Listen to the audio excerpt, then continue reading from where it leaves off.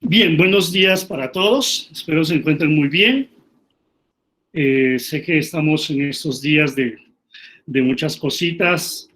Hemos visto pertinente abrir este espacio un poco para socializar y conocer a fondo lo que supone teoría del conocimiento. Para los que no me conocen, de pronto nos hemos visto en algún momento en la institución. Soy Jefferson Vázquez, el coordinador de teoría del conocimiento. Desde este año, teoría del conocimiento eh, salió del grupo 3, que estaba un poco en individuos y sociedades, para que podamos hacer énfasis en lo que supone la estructura con el fin de mejorar de cierta manera también nuestras actividades evaluativas. El propósito de abrir estos espacios es porque una de las acciones inmediatas que salió dentro de la autoevaluación fue la planificación colaborativa horizontal. Eso quiere decir que teoría del conocimiento debe estar constantemente dialogando con todas las asignaturas. Y más si nos pensamos en un colegio del continuo, es mucho más importante, y por eso la necesidad de que todos los docentes de todas las áreas estemos aquí presentes. El objetivo es un poco darles a conocer los cambios que se han dado en la nueva guía de teoría del conocimiento, los cambios que van a empezar a evidenciarse y a evaluarse a partir de la convocatoria de mayo y noviembre del 2022. Entonces, sean todos bienvenidos a este espacio y espero que realmente sea un espacio gratificante, de crecimiento dentro del conocimiento de esta asignatura, que pues hace parte de lo que conocemos como el núcleo común o el tronco del diploma. Si nos ubicamos un poco dentro del programa del diploma, teoría del conocimiento hace parte de ese núcleo junto con monografía y CAS.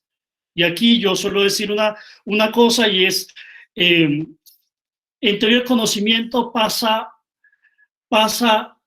algo como cuando estamos en la universidad y vemos las materias de las humanidades, y entonces a veces los estudiantes no le toman mucha importancia a estas materias. Entonces dicen como que no, esa materia no, por el número de horas que tiene la semana, entre otras cosas, y ya creo que todos hemos visto lo que pasa en la universidad con ese tipo de materias. Y yo suelo decir algo frente a eso. Le digo a los estudiantes, esta materia no es importante, es necesaria. Hay una diferencia entre lo importante y lo necesario empieza a tener sentido porque hace parte de ese engranaje del diploma.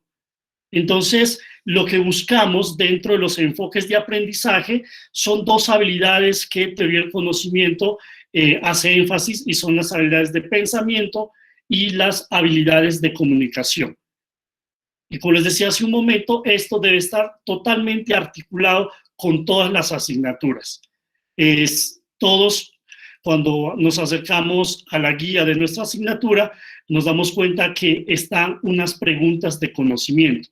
Aquí el punto no es en que solamente abordemos las preguntas de conocimiento como una relación, como un vínculo con TOK, sino que podamos, dentro de nuestra planeación, hacer una clase de teoría del conocimiento dentro de nuestras asignaturas. ¿Por qué? Porque esto es lo que va a enriquecer el desarrollo de las actividades evaluativas.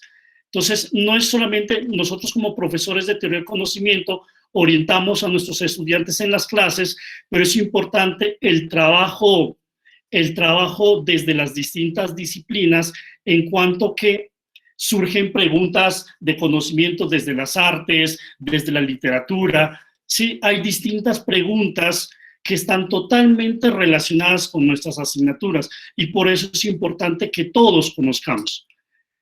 Y no solamente hace parte del diploma, sino que en los primeros años de formación hay algo que nosotros despertamos en los estudiantes, en los niños, y es ese interés por conocer.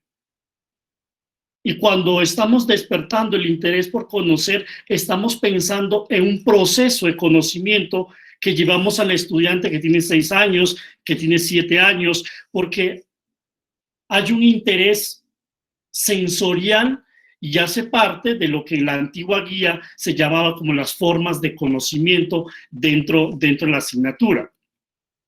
Por eso es que dentro de los objetivos del núcleo o del tronco común tenemos los siguientes, y es que buscamos fomentar la mentalidad internacional y animar a los estudiantes a ser ciudadanos globales, responsables y participativos. Como les decía, esto se hace necesario en la medida que dentro de las habilidades de pensamiento crítico, dentro de las habilidades de comunicación, pues necesitamos fortalecer en los estudiantes un pensamiento que responda a las necesidades del contexto. En ese sentido, también se busca desarrollar en los alumnos una conciencia de sí mismos y un sentido de identidad, y ofrecerles la oportunidad de reflexionar sobre el desarrollo de los atributos del perfil, ¿sí?, de la comunidad de aprendizaje. Acá en las clases solemos trabajar a fondo todos los atributos del perfil y relacionarlos con esa mentalidad internacional. Y por último, pues buscamos enriquecer y añadir valor a las experiencias de aprendizaje. ¿Esto qué quiere decir? Hay algo que suelo hacer muy bien la diferencia, y es entre lo que es un signo y lo que es un símbolo. Acá, ¿por qué hago esta diferencia en el sentido de las experiencias de aprendizaje? Cuando escuchamos que un aprendizaje tiene que ser significativo, nos estamos refiriendo a un aprendizaje que se convierte de un signo a un símbolo. ¿Y cuál es la diferencia en esto? Un signo puede tener un significado. Sí, los signos tienen significado. Cuando nos preguntamos, por ejemplo, ¿por qué hablamos de símbolos patrios y no hablamos de signos patrios? No sé, ¿alguien me puede decir cuál sería esa diferencia o por qué hablamos de símbolos patrios y no de signos patrios? ¿Alguien me puede decir la diferencia?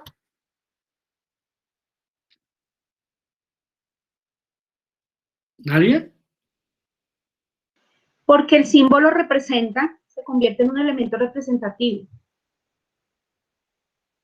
El símbolo, y el signo no representaría algo. Este pupero que tengo acá no sería un signo. Un signo es un elemento que modifica una conducta, nos da una instrucción y a partir de su entendimiento se modifica. Por ejemplo, una señal de tránsito, un signo de no comer, un semáforo. ¿Y el símbolo? El símbolo es un elemento más complejo que representa una cosmología, representa una visión de mundo, una interpretación personal, subjetividades y hasta elementos culturales. Exacto, sí, se hace énfasis en la subjetividad. Y yo lo diferencio de la siguiente manera. Yo diferencio es un signo, sí, representa, tiene un significado, mientras que un símbolo tiene un sentido, y ese sentido es subjetivo. Entonces, cuando hablamos de esas experiencias de aprendizaje, estamos haciendo el énfasis en el sentido que va a tener. Cuando algo tiene sentido para mí, pues yo creo que doy el 100% y el 200%. ¿Sí? No solamente se queda en el significado, y a veces en teoría del conocimiento, ¿qué buscamos? En teoría del conocimiento buscamos es que el estudiante no se llene de una serie de conceptos y se los aprende de memoria, ¿sí?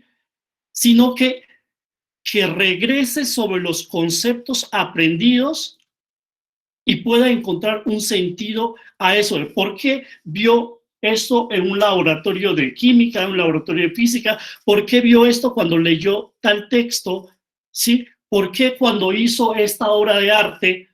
¿Sí? Es volver sobre lo que ya vio. Eso es lo que hacemos en teoría del conocimiento. Tratamos de despertar este símbolo, ¿sí? ¿Para qué? Para que tenga esto un sentido para el estudiante. Es así como habría que preguntarnos, ¿para qué teoría del conocimiento? ¿Sí? Y la respuesta inmediata a esto es, pues, para explorar y reflexionar sobre la naturaleza del conocimiento y el proceso de conocer. ¿Sí? Sobre la naturaleza y ese proceso. Y ahorita vamos a profundizar qué es lo que nos permitiría ver la naturaleza y ese proceso del conocer. Porque a veces entendemos el conocimiento simplemente y hacemos énfasis en el campo de lo racional, ¿sí? Pero ¿qué pasa, por ejemplo, con las experiencias? ¿Sí? ¿Qué pasa con las ideas inmediatas? ¿Qué pasa con las emociones? ¿Dónde dejamos las emociones? Porque lastimosamente creo que el positivismo dentro de la ciencia lo que nos ha dejado es, sí, un método, pero que hace mucho más énfasis en una demostración, y por eso es que, por ejemplo, en el campo del derecho, cuando se desarrolló todo el tema del positivismo, se sacó a la religión, se sacó a la ética, a la moral. ¿Por qué? Porque no se podía comprobar. Entonces, ¿dónde quedan todas las emociones, los sentimientos? ¿Sí? Y teoría del conocimiento, cuando habla de las formas de conocimiento, empieza a hacer énfasis en estos elementos que hacen parte del proceso de conocer. ¿Y en dónde radica como el éxito de teoría del conocimiento? En saber explorar preguntas de conocimiento. Esto es algo muy complicado, tanto para profesores como para estudiantes, el poder formular preguntas de conocimiento. No todas las preguntas que nosotros elaboremos son preguntas de conocimiento. Sí, y ahorita vamos a ver cuáles son esas características que tiene una pregunta de conocimiento. Y ahorita vamos a ver el cambio también cuando se hace la actualización de la guía, se dan cuenta de que a los estudiantes se les dificulta muchísimo formular preguntas de conocimiento, y por eso es que la nueva guía ya nos propone preguntas de conocimiento, y ahorita lo vamos a ver un poquito eso. Entonces, en ese sentido, uno de los primeros cambios que se da en la guía es que se ofrece un tema central: el conocimiento y el actor de conocimiento. El sujeto que conoce, el sujeto que hace uso de un alcance, de una metodología, ¿sí? De una estructura, y se acerca al objeto. No es el objeto que se acerca al sujeto, sino que el sujeto que se acerca al objeto con toda una estructura. ¿Para qué? Para poder conocer. Y aquí traigo esta imagen, de pronto ustedes lo han escuchado o lo han visto, esta teoría del símil de la línea, que hace parte de un libro de la República, el libro 6 de la República de Platón, en donde lo que quiero hacer, no voy a hacer una cosa filosófica, acá una reflexión filosófica, sino que lo que quiero mostrarles con esta imagen es que en los grados de conocimiento tiene importancia la experiencia, ¿sí? Las imágenes, lo que podemos tocar, lo que podemos sentir, lo que podemos palpar. Eso empieza a tener sentido dentro de un proceso de conocimiento. No es el fin último del conocimiento, no es la racionalidad. muchas críticas se han hecho en torno a cuando hacemos tanto énfasis en la racionalidad, es que terminamos olvidando prácticamente la razón de ser, valga la redundancia, del ser humano.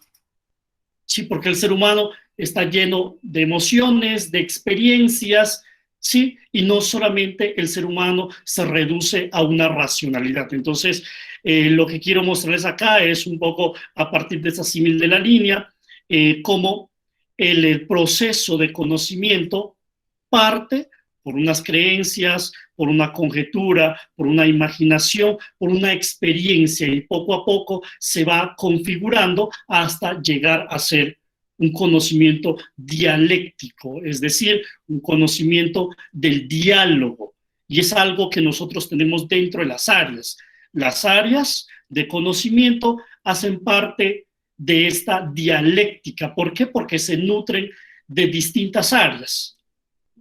Sí, y es algo que también creo que como docentes hemos tratado de hacer comprender a nuestros estudiantes, que no es solamente unas áreas de conocimiento más importantes que las otras, sino que todas las áreas llevan a un mismo objetivo.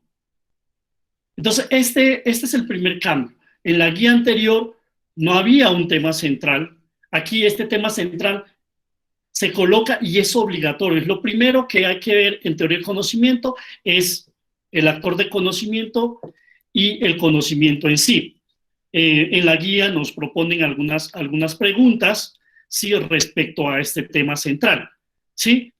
¿Cómo distingo las afirmaciones que son debatibles de las que no lo son? Entonces, esto nos va a permitir profundizar en las preguntas de conocimiento. Ahorita, cuando veamos las preguntas de conocimiento, vamos a ver que una de las características de la pregunta de conocimiento es que sean debatibles, que sean generales, ¿sí?, que no sean de respuesta única. Ahí tenemos las características que nos van a ir mostrando para que podamos nosotros trabajar también desde las distintas áreas.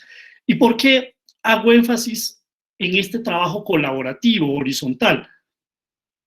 Porque para el próximo año, uno de los trabajos que vamos a desarrollar es que los estudiantes van a poder acercarse a cualquier docente para ver si las preguntas de conocimiento que están abordando, por ejemplo, en año 2, que ellos deben de hacer unas preguntas de conocimiento a partir de un título prescrito y unas preguntas de conocimiento en su presentación. Entonces, la idea es que todos los docentes podamos colaborar a los estudiantes orientándolos, de porque hay estudiantes que trabajan dentro de su presentación artes, trabajan literatura, trabajan distintas áreas, y la idea es que los docentes podamos apoyarlos en el desarrollo de su evaluación interna, que es el caso de la presentación, y en el caso del ensayo, a partir de los títulos prescritos. En año 1, estaremos abordando una exposición, y para ello también estaremos trabajando en conjunto. Entonces, este primer cambio, ¿a qué nos invita o a qué nos motiva? Es que motiva a los alumnos para que reflexionen sobre ellos mismos como actores de conocimiento y pensadores, y consideren las diferentes comunidades de actores de conocimiento a las que pertenecemos, es decir, la relación que tiene el estudiante con las distintas asignaturas. Este es el primer cambio que nosotros encontramos dentro de la guía. El segundo cambio tiene que ver con, en la guía anterior teníamos áreas de conocimiento y formas de conocimiento. En esta nueva guía se propone unos temas opcionales que van a permitir profundizar más el quehacer de teoría del conocimiento. Dentro de esos temas opcionales está el de conocimiento y tecnología y el de conocimiento y política. Esto con el fin de que podamos discutir y podamos mantener unas conversaciones sobre cuestiones de actualidad. ¿Sí? Noticias falsas. Este año hacíamos un ejercicio con año 1 y podíamos, por ejemplo, analizar qué es lo que está pasando en las redes sociales a partir de unas noticias falsas frente a la situación de la pandemia. Y cómo eso, por ejemplo, tiene consecuencias en los estados de ánimo de las personas. Lo que yo leo en redes sociales, cómo me afecta. ¿Sí? Entonces, todas estas cosas vamos a entrar a ver a partir de esta nueva guía. Este es el segundo cambio, entonces, que se incluyen unos temas opcionales. Ahorita vamos a ver cuáles son esos otros temas opcionales, pero estas dos son la novedad: conocimiento y tecnología y conocimiento y política. El tercer cambio está orientado a la simplificación de la terminología. Dentro de la filosofía de la asignatura, se cree necesario hacer mucho más estructurado y mucho más fácil de poder dar a conocer teoría del conocimiento. En la guía anterior estaba, por ejemplo, formas de conocimiento, conocimiento personal y conocimiento compartido. Estas dos cosas, formas de conocimiento y conocimiento personal y conocimiento compartido, desaparecen de la nueva guía. Eso no quiere decir que no hagamos referencia a las formas de conocimiento, como son emoción, razón, imaginación, fe, entre otras cosas, sino que y creo que fue una decisión muy sabia de lo que hicieron en la actualización de la guía. ¿Por qué? Porque los estudiantes se confundían muchísimo entre áreas de conocimiento, formas de conocimiento, marco de conocimiento, conocimiento personal, conocimiento compartido, que era una cantidad de cosas, y cuando tenían que hacer un ensayo de 1.600 palabras, les quedaba complicado por donde si tenían que enfocarse en áreas, tenían que enfocarse en formas, entre otras cosas. Entonces, en la nueva guía se da una simplificación de la terminología en donde se quita las formas de conocimiento y el conocimiento personal y conocimiento compartido, que esto lo vamos a estar viendo todo el tiempo. ¿Qué es un conocimiento compartido? Pues un conocimiento compartido es lo que nosotros hacemos todo el tiempo, desde nuestras asignaturas. ¿Sí? Cuando yo pienso en el método de mi asignatura, en el alcance de mi asignatura, estoy haciendo un conocimiento compartido porque es fruto de la comunidad científica. Para que algo sea un conocimiento compartido, tiene que haber pasado por un filtro de la comunidad científica. Pero el conocimiento compartido pasa por un conocimiento personal. ¿Sí? Cuando, no sé, alguien quiere crear una ley, una teoría, alguna cosa, allí hay un interés personal. Y eso lo somete a una comunidad académica, a una comunidad científica, y eso se convierte en conocimiento compartido. Por eso cada una de las áreas de las que estamos nosotros acá tiene una metodología, ¿sí? Tiene un método de estudio, ¿sí? Tiene unos conceptos clave, tiene una terminología necesaria, y eso hace parte de ese conocimiento compartido. Simplemente acá se quitó en términos de terminología para no complicar mucho a los estudiantes. Y pues de paso también a los profesores, que a veces se les dificulta mucho entender qué es teoría del conocimiento y hacia dónde apunta esta asignatura. El siguiente cambio tiene que ver con la claridad que se da a la naturaleza de la asignatura. Para poder trabajar y poder vincular teoría del conocimiento con las demás asignaturas, se vio necesario proponer 12 conceptos clave que va a tener. No vamos a trabajar así como podemos distribuir las asignaturas 4 conceptos en un trimestre, 3 conceptos en otro trimestre. No, aquí la importancia de los conceptos clave dentro de teoría del conocimiento es que las áreas, las distintas asignaturas puedan hacer énfasis en alguno de los conceptos. En otras palabras, es una facilidad que nos da la guía para que podamos abordar el vínculo de teoría del conocimiento con nuestras asignaturas. Esto quiere decir que no solamente nos vamos a limitar a trabajar las preguntas de conocimiento. Si se nos dificulta trabajar preguntas de conocimiento, pues tenemos aquí unos conceptos clave que hace parte dentro del currículo escrito que estamos trabajando en estos días. Hay una parte de lo interdisciplinario, y eso de lo interdisciplinario tiene que estar vinculado con teoría del conocimiento. Entonces, aquí ya tenemos más recursos desde donde podemos entrar a hacer esa conexión y ese trabajo interdisciplinario con teoría del conocimiento. Entonces, son 12 conceptos que nos permiten dar mayor claridad a la naturaleza de la asignatura, y este sería el cuarto cambio dentro de la guía 2022.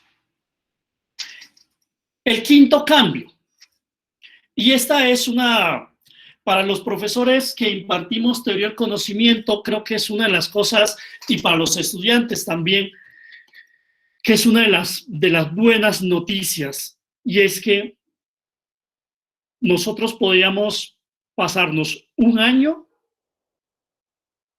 tratando de formular preguntas de conocimiento.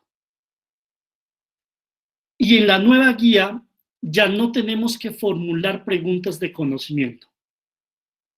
Si solamente tenemos que explorar y discutir preguntas de conocimiento.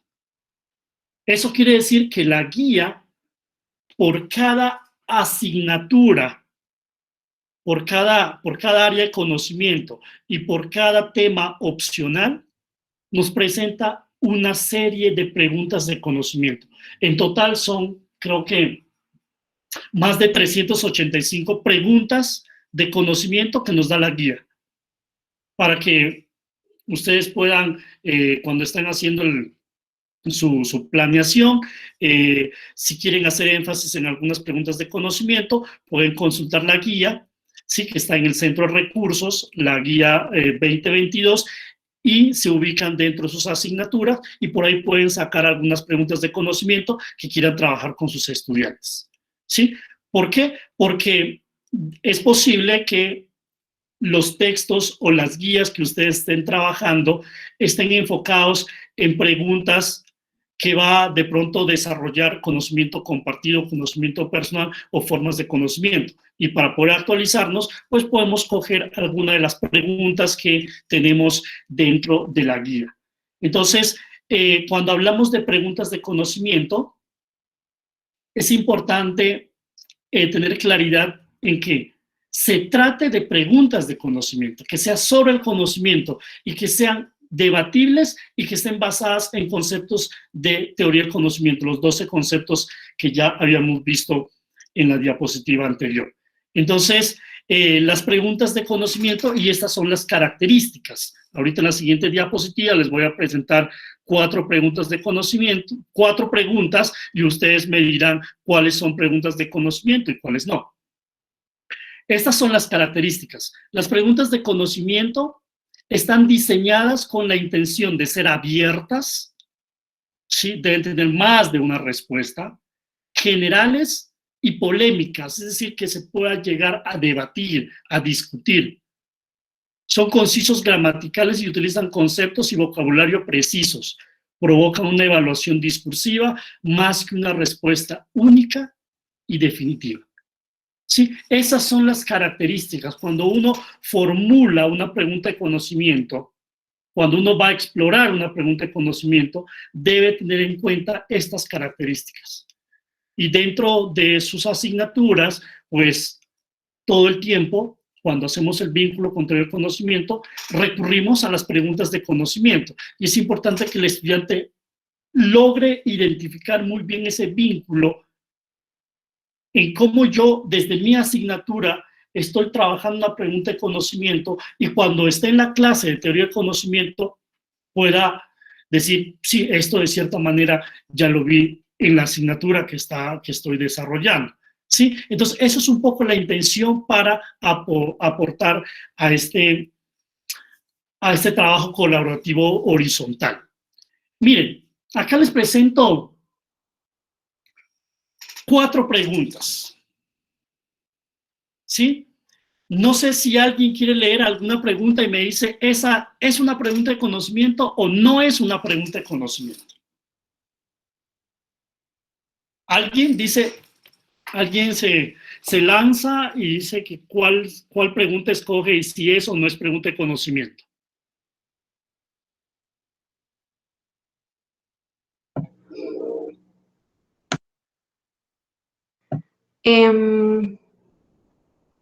Yo quiero leer la que dice cuál es la relación entre el trabajo experimental práctico y la teoría en las ciencias naturales.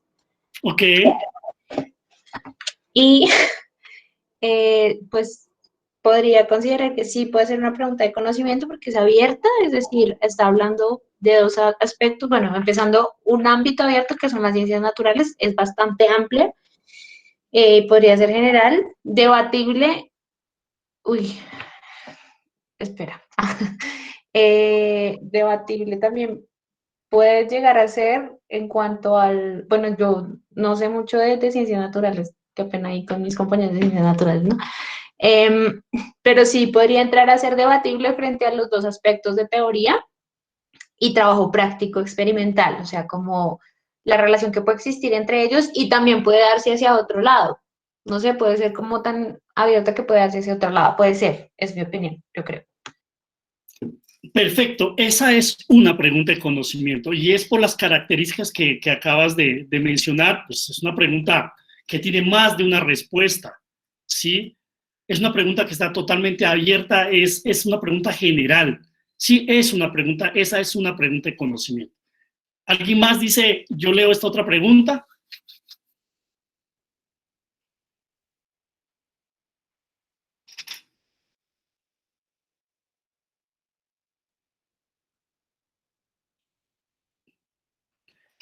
¿Nadie más? Cuando yo tengo acá esta pregunta que dice, en economía, ¿cómo determinan la oferta y la demanda el precio de una mercancía? ¿Esa será una pregunta de conocimiento o no será una pregunta de conocimiento? ¿Qué dicen?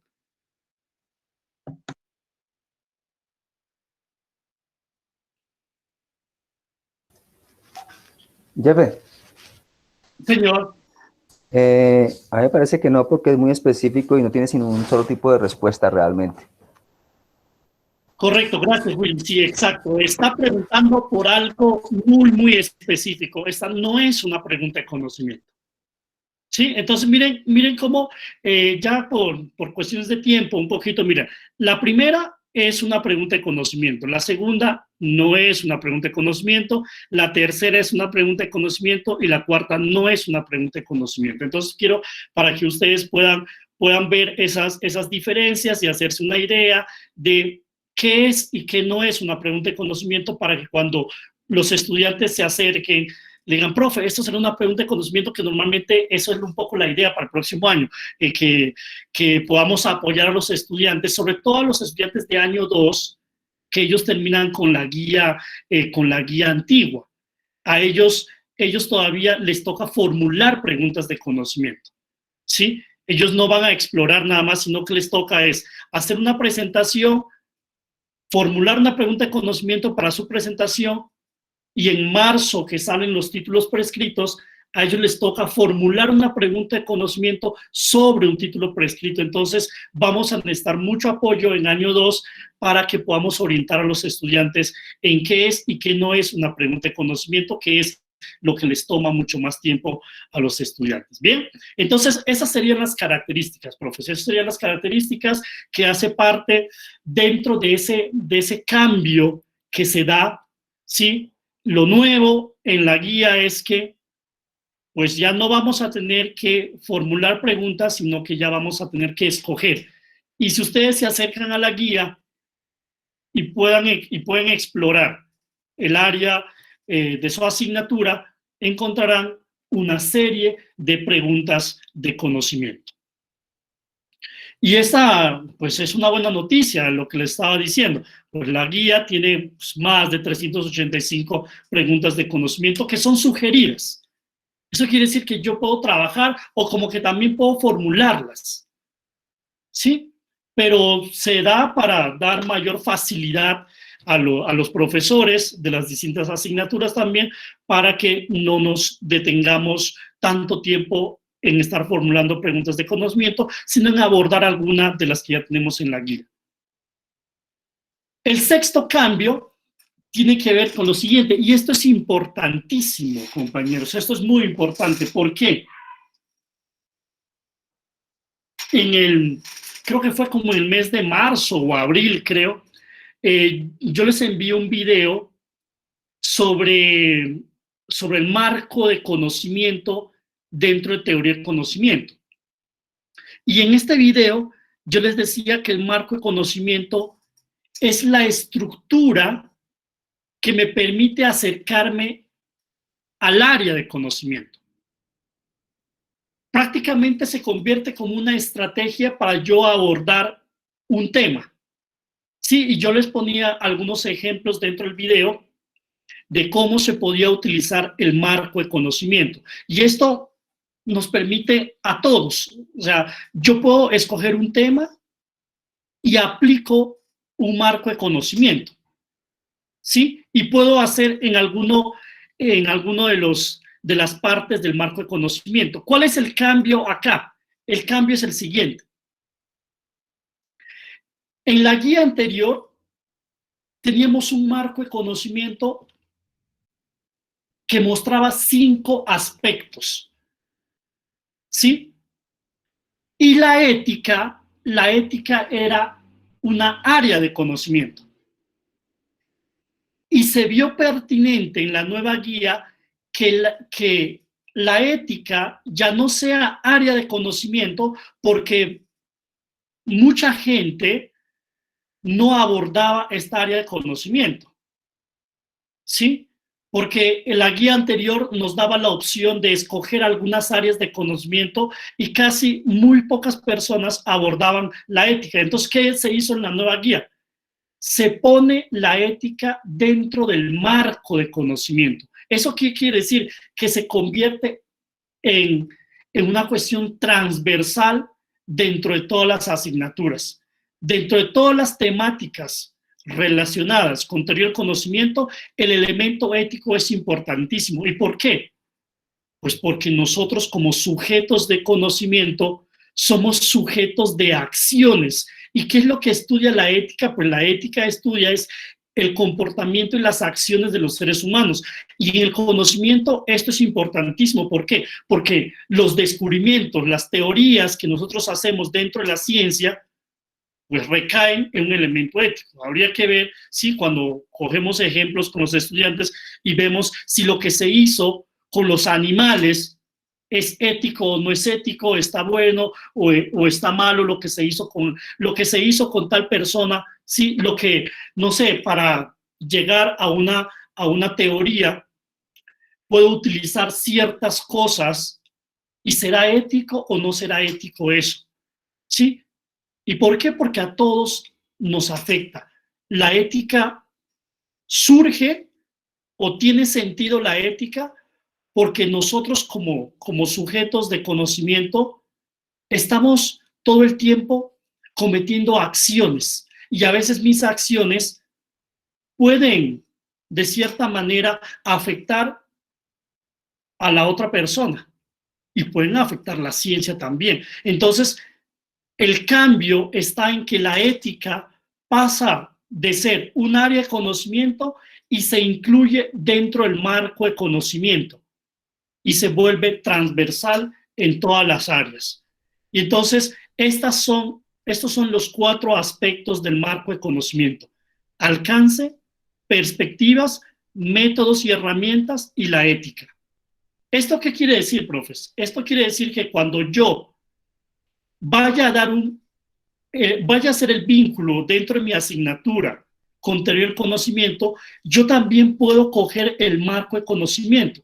Así como teníamos que yo puedo coger un concepto clave o yo puedo coger una pregunta de conocimiento, yo también puedo optar por desarrollar el marco de conocimiento en cualquiera de los aspectos, sea el alcance, sea la perspectiva, sea los métodos o las herramientas. Si vemos un poco las definiciones, nos dicen lo siguiente. ¿Sí? El alcance, pues este elemento se centra en la naturaleza y el alcance de los distintos temas y áreas de conocimiento. Cualquier tema que tú escojas siempre tiene un alcance. ¿Sí? ¿A dónde quiero llegar con eso? ¿Cuáles son los límites de ese tema? ¿Sí? Y hay algo que suelo decir mucho también a los compañeros, es lo que nos permite vincular mucho teoría del conocimiento con nuestras áreas son los métodos y herramientas, porque todas las áreas tienen unos métodos específicos. Y lo que estaríamos dando a los estudiantes es la posibilidad y la claridad de cómo en cierta disciplina se utilizan estos métodos.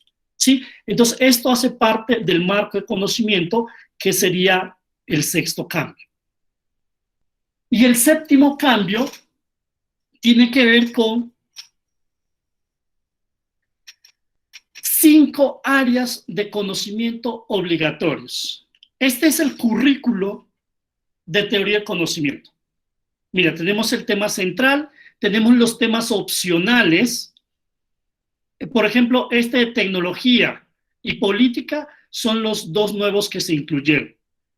Conocimiento y lenguaje, conocimiento y religión y conocimiento de sociedades indígenas eran áreas del conocimiento. Y en la nueva guía pasan a ser temas opcionales y las áreas de conocimiento se convierten en obligatorias. Ya no hay la posibilidad de que yo hago énfasis en ciertas áreas y ya, sino que tengo que abordar todas las áreas de conocimiento. Sí, este es el séptimo cambio dentro de la nueva guía. El cambio número 8 tiene que ver, y aquí es donde yo quiero pedirles y hacer énfasis en el favor que les venía diciendo desde hace un rato. Hay un cambio en la evaluación interna de teoría del conocimiento. En la guía antigua, los estudiantes llenaban un formato, que es el TKPPD, llenaban un formato donde ponían la pregunta de conocimiento, el vínculo entre la pregunta de conocimiento y la situación de la vida real, tenían que escoger una situación de la vida real y después ellos tenían que hacer unas muestras, tenían que hacer unas grabaciones de su presentación, que era una presentación dentro del aula de clases. ¿Cuál es el cambio que se hace en la nueva guía? Y es el cambio creo que más sobresaliente en la guía, y ya no es una presentación, sino que es una exposición. Y los estudiantes escogen cualquier objeto que tenga sentido para ellos. Ellos no hacen un objeto para la asignatura. Ellos escogen, no sé, si tienen por ahí el carrito que les regaló el papá cuando cumplieron 5 años, y eso no lo han quitado de su habitación porque eso tiene un sentido. Entonces, lo que les decía, la diferencia entre signo y símbolo, ¿verdad? Eso tiene un sentido. Y sobre ese objeto, ellos empiezan a hacer un texto no mayor a 950 palabras, en donde, y esto es lo interesante también, en donde ellos ya no tienen que formular una pregunta de conocimiento, sino que la nueva guía les da 35 preguntas de conocimiento para hacer la exposición. ¿Y cuál es el sentido acá? O el favor que les decía, desde sus asignaturas, nosotros siempre trabajamos con objetos, con cosas, ¿sí? y es importante mostrarles a los estudiantes cómo sobre ese objeto podemos hacer un vínculo con teoría del conocimiento. ¿Sí? Y así podemos a los estudiantes darles luces para que cuando trabajen su exposición, pues tengan mayor claridad en la estructura que van a desarrollar. La nueva guía nos pide que esta exposición la desarrollemos en año 1, ¿sí? Y algo también que es nuevo acá es que las exposiciones se pueden hacer, por ejemplo, en una feria, un día en la institución, y todos los estudiantes presentan sus trabajos, ¿sí? Y ya no necesitamos hacer grabaciones, ya no necesitamos de llenar el TKPPD, ¿sí? Que era dispendioso, ¿sí? Saben cómo son los formatos y todas estas cosas. Entonces, esto es mucho más fácil, mucho más interesante, porque hace énfasis en ese sentido que tiene los objetos. Ellos escogen 3 objetos y sobre eso lo vinculan con teoría del conocimiento. Sí, entonces, este es uno de los cambios importantísimos dentro de la guía, y es donde yo les pido muchísimo el favor desde los niños chiquiticos para poder, sé que trabajamos con muchos objetos, con muchas cosas ahí, poder vincular y poder, frente a eso, mostrar algunas preguntas, algunos intereses a los estudiantes. Es decir, en otras palabras, hay que explorar el asombro de nuestros estudiantes, porque cada vez que van creciendo, pierden esa capacidad de asombrarse. Piensan que cuanto más racional uno es, uno tiene que convertirse en una persona mucho más aburrida, y eso no es así. Eso que desarrollamos en los pequeños, la capacidad de asombro, pues hay que mantenerlo siempre, porque es la capacidad de asombro el que a mí me da la facilidad para poder construir conocimiento. El cambio número 9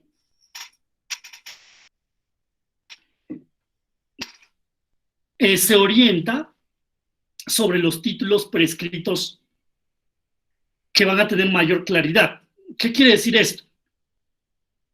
Nosotros que somos calendario A, que nos presentamos para la convocatoria en noviembre, en marzo salen 6 títulos prescritos.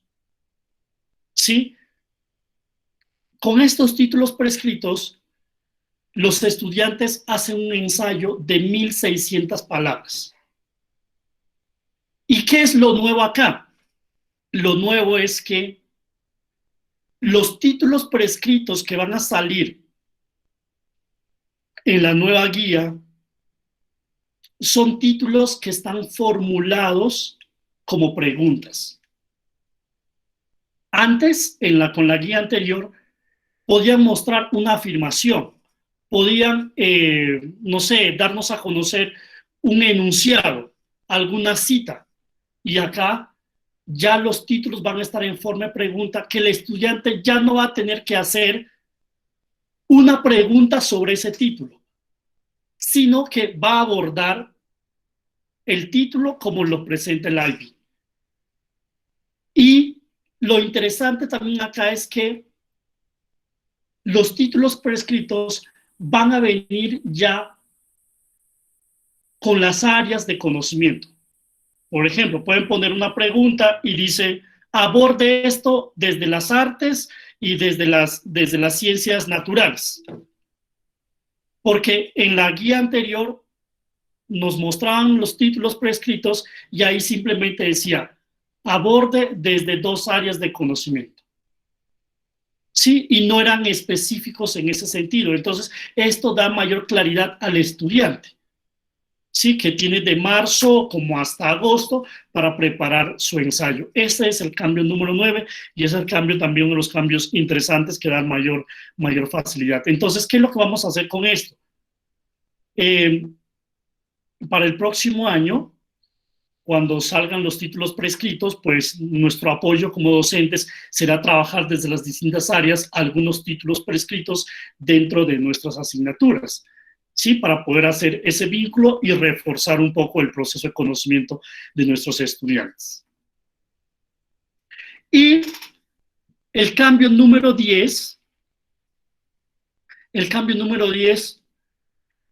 está enfocado a la claridad del ensayo y al instrumento de evaluación, que esto ya es un poco para los profesores que damos teoría del conocimiento, que pues ya no nos van a evaluar que las formas, que las áreas, que la pregunta de conocimiento, entre otras cosas, simplemente nos van a evaluar cómo el título prescrito se aborda desde las áreas de conocimiento. Entonces, esto no hace que se pierda la facilidad que nos muestra la guía, no hace que se pierda la exigencia de la asignatura, para nada, al contrario, lo que nos permite es identificar unos recursos mucho más específicos que van a dar claridad a nuestros estudiantes.